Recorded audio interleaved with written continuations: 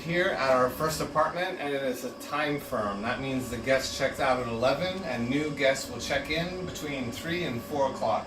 So it's a very rushed cleaning. So I walk into the room and the first thing I do is ventilate. I make sure all the windows are open because it does smell bad. Just the previous guests, their body odors, things like that. As I walk through the property, I look for problem areas. So these guests looked really nice guests. They organized their linens, so I'm not so stressed. I look here, there's only a little trash, not so much, and they separated everything. These are really good guests. I also check to see how the previous cleaners did things. So I can see the vacuum is full of stuff. I just keep that in my mind and think I have to clean this out because we don't want a lot of stuff in vacuums. They break easily, they don't suck as well. So I just think about that, and then I move on to the room.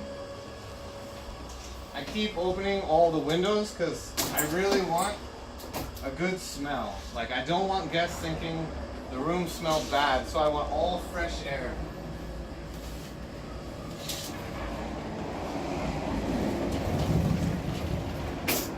And as I'm doing this, I look for any little details. Like, I can see the washing machine is a little bit dirty.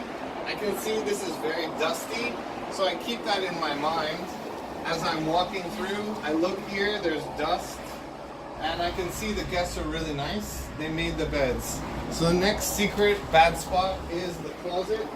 I come to the closet, I open it, I open everything, and I look for secrets or hidden things that look bad. So to me, this is pretty good. I can see the room smells bad, the air cleaner's hiding in the closet. So I know this should not be here. So I take that out because this is very good for guests. Everything else looks good. I also look for linens like this kind of thing.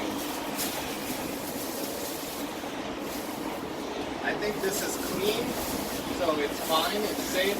But a lot of people like to hide dirty linens. I like to take them out. So I think this is good. This is not a big problem. So then I go finally to the bathroom.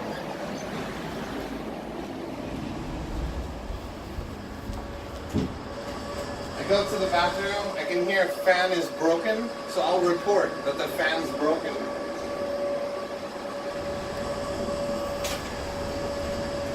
I turn on the light, and bathrooms are the #1 most difficult place.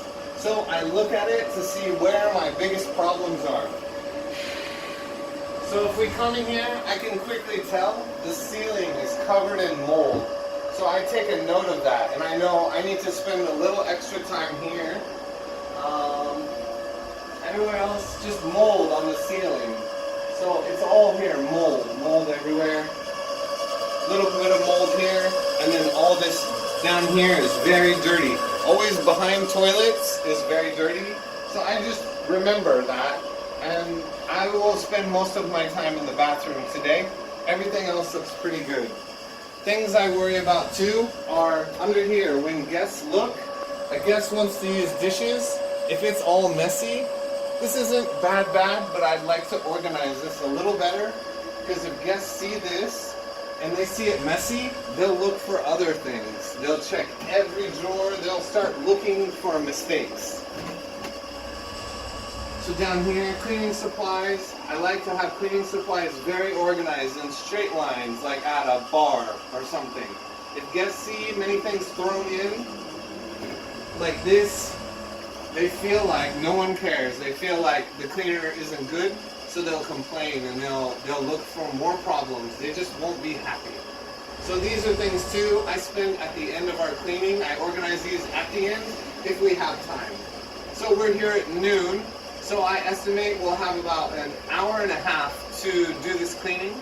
On my phone, I will put a timer on saying 40 minutes. I give myself a 40-minute timer. I do as much as I can in 40 minutes. When that alarm goes off, I know I have about 20 minutes to make everything perfect, and that's when I make things beautiful. So next we'll move into the shower, the next video, because it's in bad shape, and I'll show you how I do that. Thank you.